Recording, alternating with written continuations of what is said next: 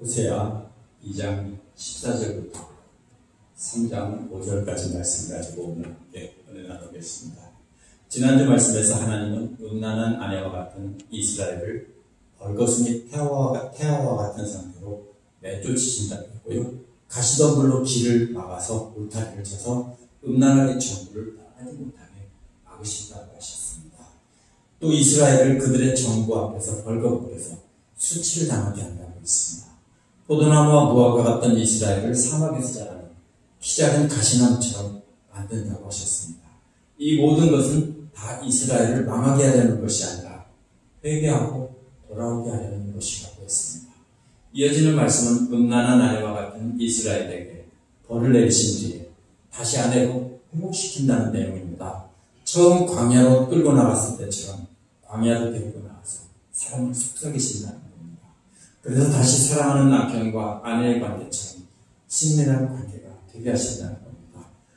호세아가 아내의 값을 지불하고 다시 데려와서 정결하게 하는 기간을 거친 뒤 다시 아내로 맞아들이는 내용은 바로 하나님과 그 백성들의 관계를 하나님께서 회복시킨다는 내용입니다.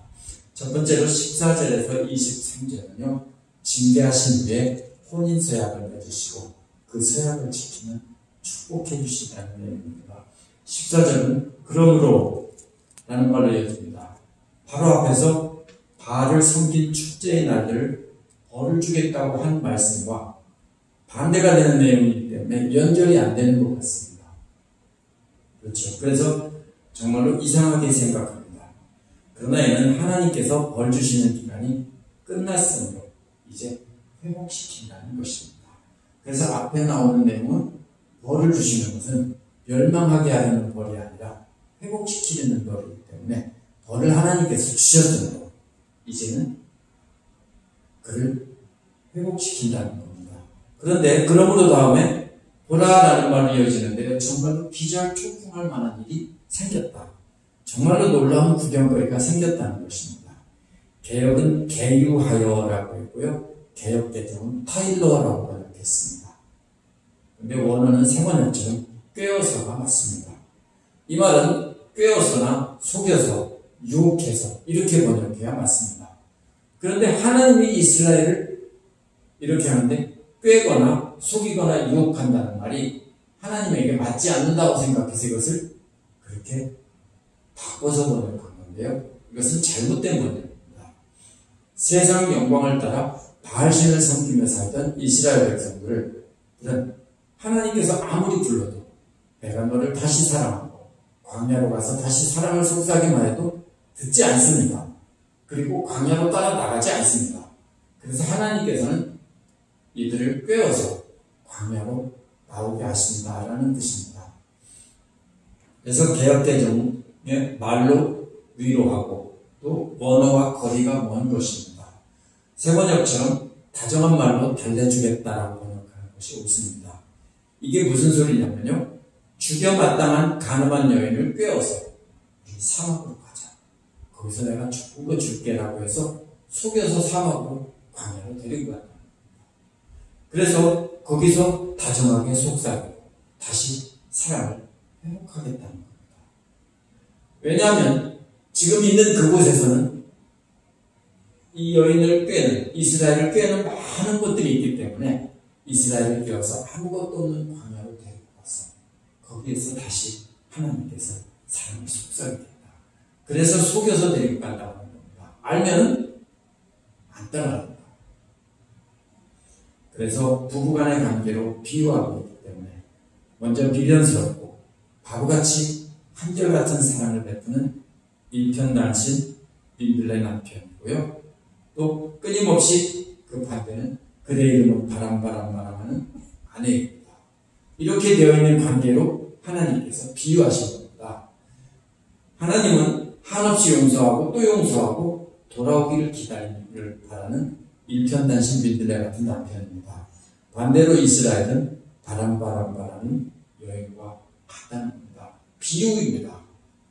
그래서 하나님께서는 속여서 광야로 데리고 나갔다는 겁니다.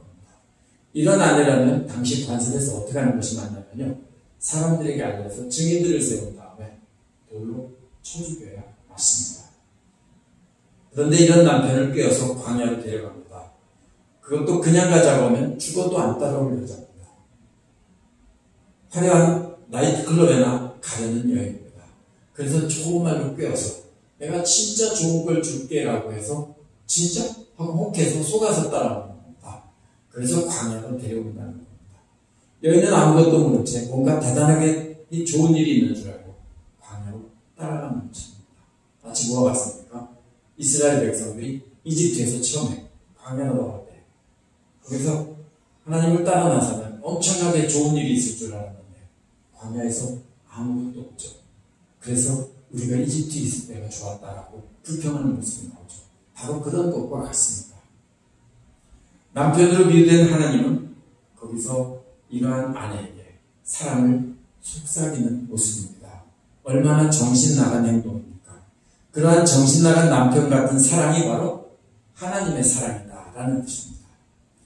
개혁이나 개혁개정은 거룩하신 하나님을 이렇게 깎아내릴 수 없다라고 생각해서 해석하다 보니까 본문에서 남녀 간의 사랑의 비유에서 말하고 있는 그림을 잘못 번역해서 지워버린 겁니다. 여기서는 세번역처럼 번역해야 맞습니다. 이스라엘 백성과 처음 사랑을 시작하려고 광야로 데려가서 처음 사랑을 기억하게 하고 회복시키려는 것입니다. 15절은 3절에서 12절에서 모든 것을 빼앗고 발가벗겨서 벌을 내리겠다고 한 것이 다시 회복시키는 모습입니다. 포도원을 되돌려주고 아골골짜기가 희망의 문이 되게 하겠다는 겁니다. 아골골짜기는 요단 계곡에서 이스라엘 중심부의 산지로 올라가는 아주 거치고 좁은 골짜기입니다. 세 번역은 아골 평원이라고 잘못 번역했습니다. 이곳은 여호수아 7장에 나오는 아간을 처형한 곳입니다. 그렇다면 이 여인을 이곳으로 데려오는 것은 죽어 마땅한 여인을 아간을 쳐 죽이듯 돌로 쳐 죽이는 장면을 떠올리게 하는 장면입니다. 그런데 그런 끔찍스러운 기억을 되살리는 골짜기를 통과하는 것이 바로 희망의 문이 된다는 겁니다. 그렇죠. 그걸 지날 때 어떻게 생각하겠습니까? 나는 죽었다. 그렇죠? 여기서는 돌에 쳐맞아 죽는 곳이다. 나는 죽었다. 하고 하는데 하나님께서 살려주셨습니다. 그러니까 이것이 얼마나 큰 감격이고 은혜이겠습니까? 그래서 그곳이 바로 희망의 문이 되게 한다는 겁니다. 거기서 젊을 때처럼 이집트 땅에서 올라올 때처럼 거기서 그녀는 기쁘게 대답할 것이라고 했습니다. 홍해를 건너 구원의 기쁨의 찬송을 부르며 하나님께 나오던 그때처럼 이번에도 죽음의 골짜기를 지나면서 용서받고 새롭게 된 기쁨을 찬양하며 처음 결혼할 때처럼 남편에게 나온다는 것입니다. 그러니까 이 아골골짜기가 뭐와 연결될 수 있습니까? 홍해를 건너는 것과도 같습니다. 홍해는 원래 죽음의 곳이죠. 대적들은 다 죽었는데 하나님께서 물을 멈추게 해서 마른 땅처럼 건너게 하셨습니다. 그곳을 건너면서 무슨 생각을 했습니까? 이제는 죽었다라고 했는데 이제 거기서 살았던 것입니다. 마찬가지로 아골골짜기를 통과하면서 바로 그렇게 새로 처음 결혼할 때나 이스라엘 백성들이 하나님의 백성이고 언약을 맺고 광야에서 하나님의 백성들이 되는 것입니다. 이것은 이스라엘이 무엇을 잘해서가 아니라 하나님의 한결같은 사랑 때문이고 은혜 때문이라는 겁니다. 16절은 그날에 너는 나를 나의 남편이라고 부르고 다시는 바알이라고 부르지 않게 된다는 겁니다.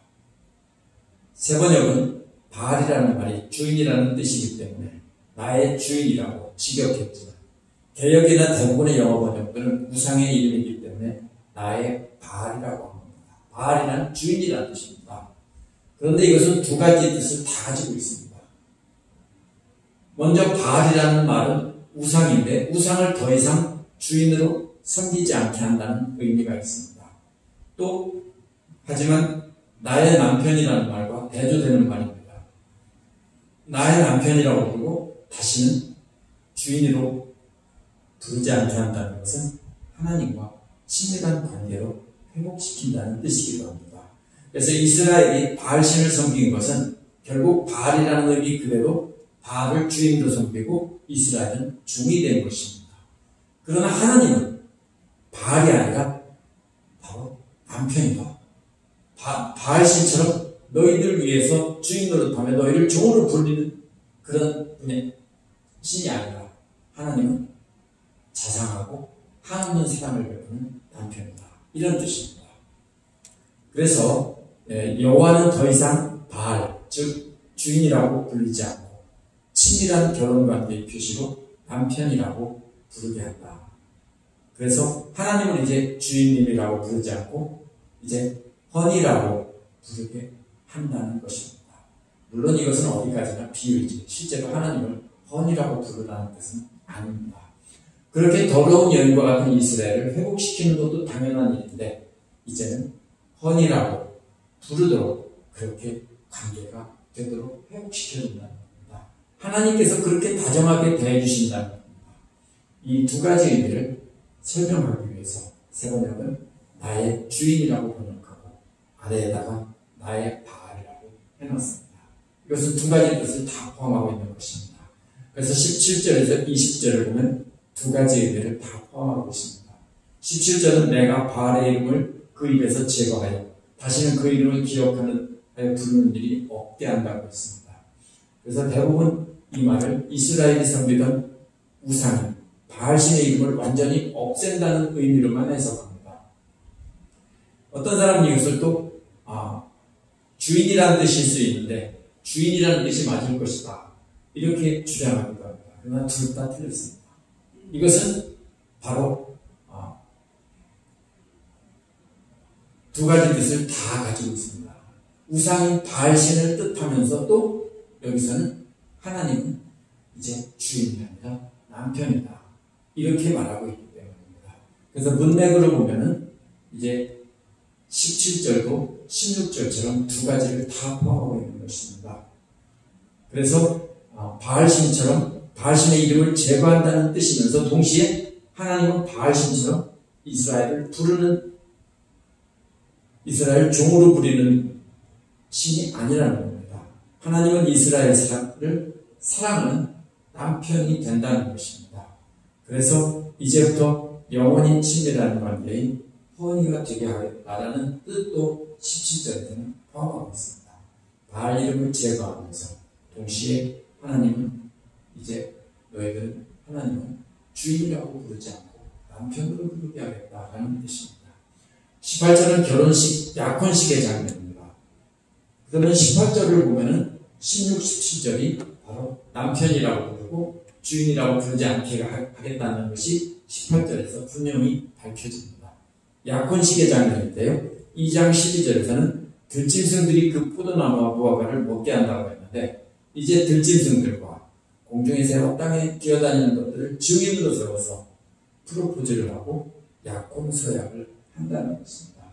그러면 그 결과 활과 칼을 꺾어버리며 전쟁을 없애서 이스라엘이 마음먹고 살게 한다는 것입니다. 뭐라고 합니까? 프로포즈하면서 손에 물도 안 묻히고 고생 하나도 안 하고 편히 살게 해주겠다라고 말하는 것과 똑같습니다. 이러한 약혼식의 장면을 보아도 하나님은 바알신처럼 주인으로 군림하는 것이 아니라 사랑하는 남편이 되신다는 겁니다.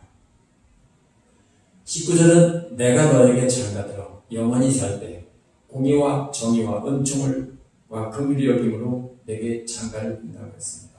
여기서 장가를 든다는 말은 약혼식을 말하는데 주일 설교에서 말한 것처럼 그러나 오늘날 미국이나 한국의 약혼식이 아니라 신부 값을 지불하고 혼인 계약을 완전히 맺는 것인데 이것이 바로 결혼의 최종 단계입니다. 나중에 데려오고 잔치를 벌이는 것은 행사일 뿐이고요. 이 이스라엘 사람들은 약혼이 바로 혼인신고가 끝난 것이고 법적으로 부부라는 것을 다 선포한 것입니다. 그래서 부부와 똑같은 지위를 갖고 다만 합방을 하기 전에 일정한 기간을 따로 사는 기간을 갖는 겁니다. 그러면서 결혼을 준비하도록 하는 겁니다. 공의는 법조문에 없지만 공정하게 재판한다는 뜻입니다. 공의는 법조문에 따라서 공정하게 재판한다는 뜻이고요. 정의는 법조문에 없지만 현명한 재판에 판례를 따라 재판한다는 것입니다. 재판을 하다 보면 법에 안 나와 있는 내용이 나올 때 있죠. 그런데 바로 현명하게 판단한다는 것입니다. 은총이란 헤세드인데요. 한결같은 사랑이고요. 긍휼히 여김은 불쌍히 여긴다는 뜻입니다. 그렇게 해서 완전한 사랑으로 영원히 사랑한다는 겁니다. 20절은 너는 진실함으로 나와 약혼하면 너는 내가 여호와인 줄 알게 된다는 겁니다. 이번에는 신부 측에서 약속해야 될 약속입니다. 앞에서는 신랑 측이 4가지를 제시했는데 신부 측에는 하나만 요구했습니다. 진실함. 진실함이란 한 남편인 하나님만 영원히 사랑하고 절대로 분류를 저지르지 않는 것입니다. 이제 신부도 약속을 해야 됩니다. 이제 하나님만 영원히 사랑하겠다고. 그러면 여호와를 알고 평생 가까이 지내는 겁니다. 안다는 말은 2장 13절에서 잊어버렸다는 말과 반대인 말입니다. 딴 남자는 생각하지 않고 오직 하나님만 생각하면 살게 된다는 것입니다. 21절에 보면 지금까지 비유로 말한 것을 설명한 겁니다. 여호와께서 가라사대 그날에 내가 응답하리라. 나는 하늘에 응답하고 하늘은 땅에 응답하고 라고 했습니다. 대부분 이 말은 하나님께서 하늘에 말씀하시면 하늘은 하나님 말씀에 순종해서 땅에 비를 내린다는 뜻으로 해석합니다. 하나님만 생각하고 혼인 서약을 성실하게 지키면 하나님께서는 철에 따라 이른 비와 늦은 비로 물질적인 축복을 주시겠다는 뜻입니다. 22절도 땅에 곡식과 포도주와 기름에 응답한다고 했는데 이것은 이스라엘에 응답한다고 했습니다. 무슨 뜻이라고 했습니까? 흩어 뿌린다는 뜻이라고 했죠. 완전히 박살내서 흩어 버리는 것이기도 하지만 씨앗을 뿌린다는 뜻이라고 했습니다. 그래서 22절을 볼 때도 26절이 비를 내려 축복한다는 뜻이 분명합니다. 비를 내리면 곡식과 포도나무와 올리브나무에 열매가 맺히고 씨앗을 뿌리면 왕성하게 자라는 것입니다. 23절은 지금까지 말한 내용의 결론입니다. 하나님께서는 자신을 위해 그녀를 땅에 심으신다는 겁니다. 그래서 이스라엘을 땅에 심는다고 했죠. 그녀를 땅에 심는다고 했습니다. 하나님께서는 음란한 공회를 전에는 완전히 흩으셨는데 이제는 좋은 의미로 땅에 씨앗을 심으신다는 겁니다. 씨앗을 심을 때 보면 어떻습니까? 아무것도 아닌 것 같죠? 작고 보잘것없고 잎기만 불어도 날아갈 것 같은 것이 씨앗입니다. 바로 그런 상태입니다. 지금 이스라엘이. 그것을 땅에 심으시는 겁니다. 우리도 마찬가지죠.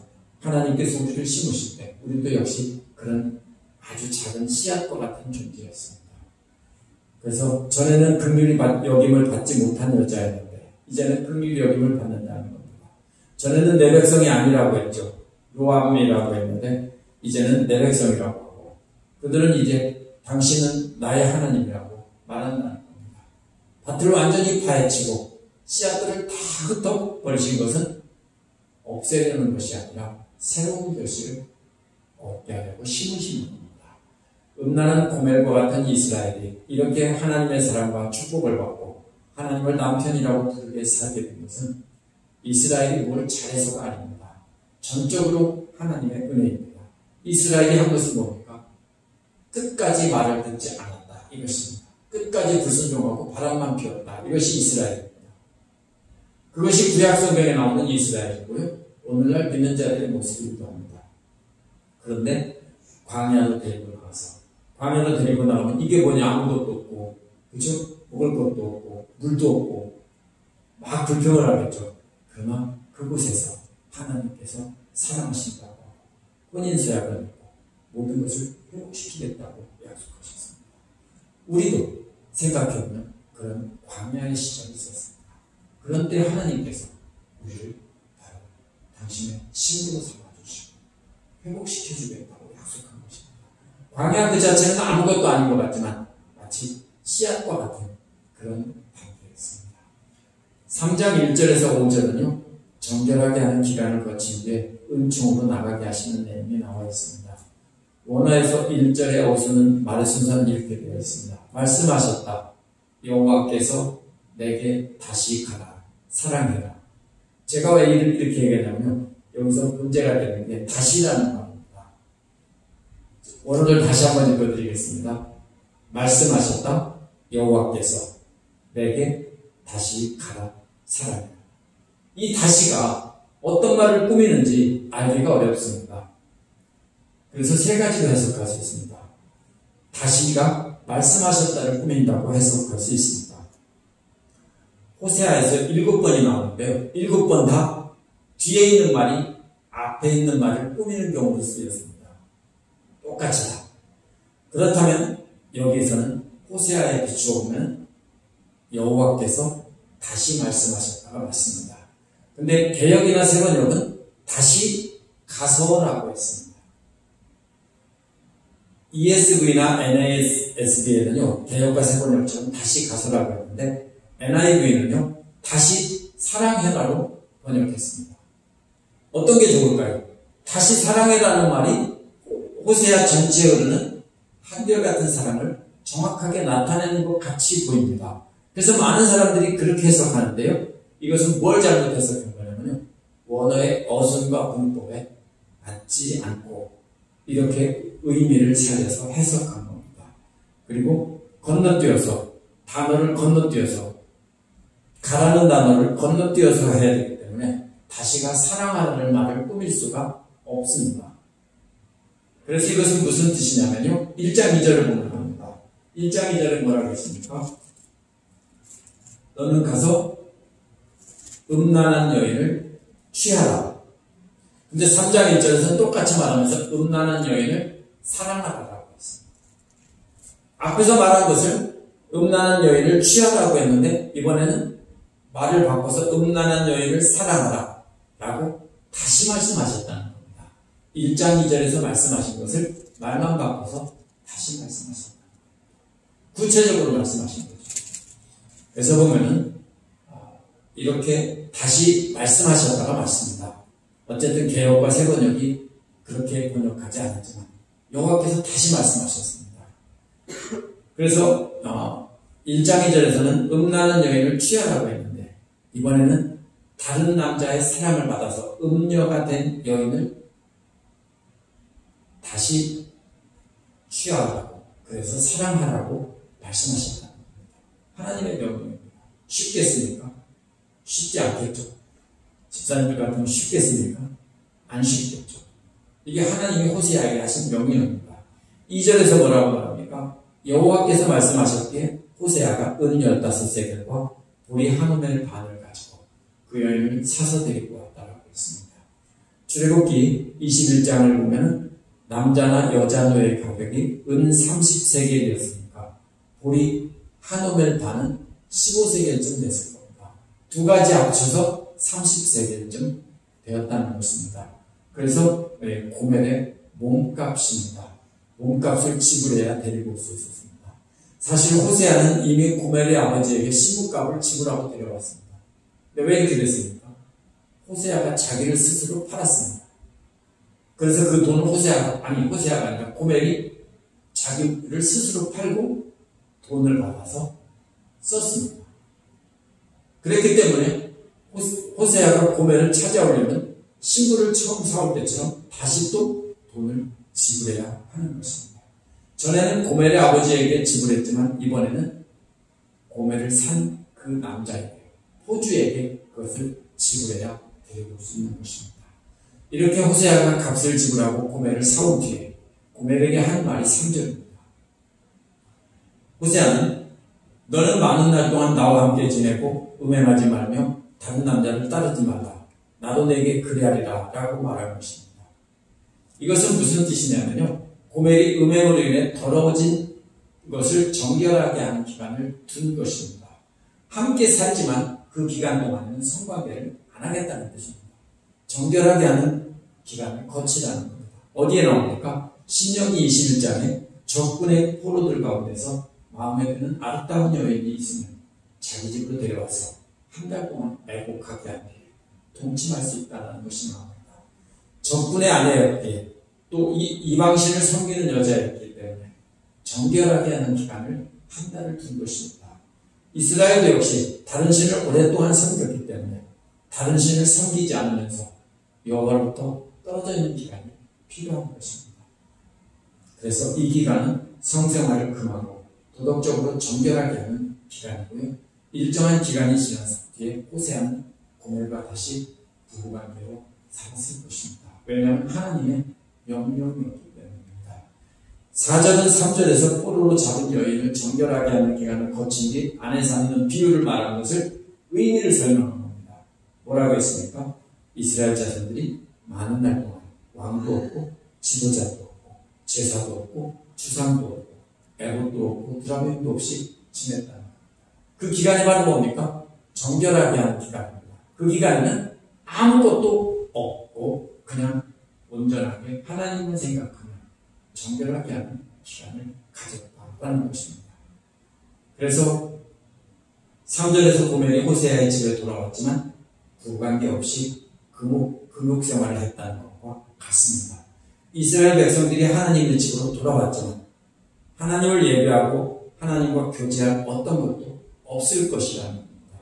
하나님께서도 부정한 이스라엘을 용서하고 다시 사랑하시겠다며 정결하게 하는 기간을 두신다는 것을 비유적으로 보여준 것입니다. 5절을 보면 분명히 알 수 있습니다. 5절을 보면 그 후에 이스라엘 자손들이 돌아와서 그들의 하나님 여호와와 그들의 왕 다윗을 찾는다는 겁니다. 그러나 다윗의 후손 중에는 다시 이스라엘의 왕위를 이은 사람이 없습니다.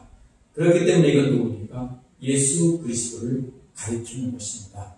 그래서 여호와와 예수 그리스도를 찾을 때 분열된 이스라엘이 하나가 되고 안전하게 되는 것입니다. 그래서 마지막 날에는 여호와를 경외함으로 여호와와 그의 은총으로 나간다는 것입니다. 이는 음란한 고멜이 다시 남편인 호세아의 사랑받는 것으로 비유한 것입니다. 이제 음란한 이스라엘이 다시 하나님의 사랑을 받으며 하나님의 선하심으로 나간다는 겁니다. 그 조건이 뭡니까? 여호와를 경외하는 것입니다. 경외한다는 말은 두려워하며 경배한다는 것이고요. 마지막 날이란 메시아의 날입니다.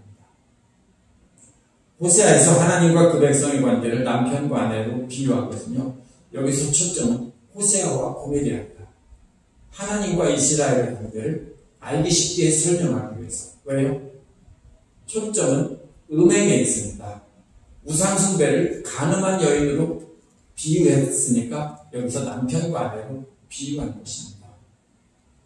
한결같은 사랑을 해주시는 하나님은 끊임없이 배반하고 음란한 여자처럼 세상을 따라가는 그 백성들은 음란한 아내 고멜로 비유한 겁니다.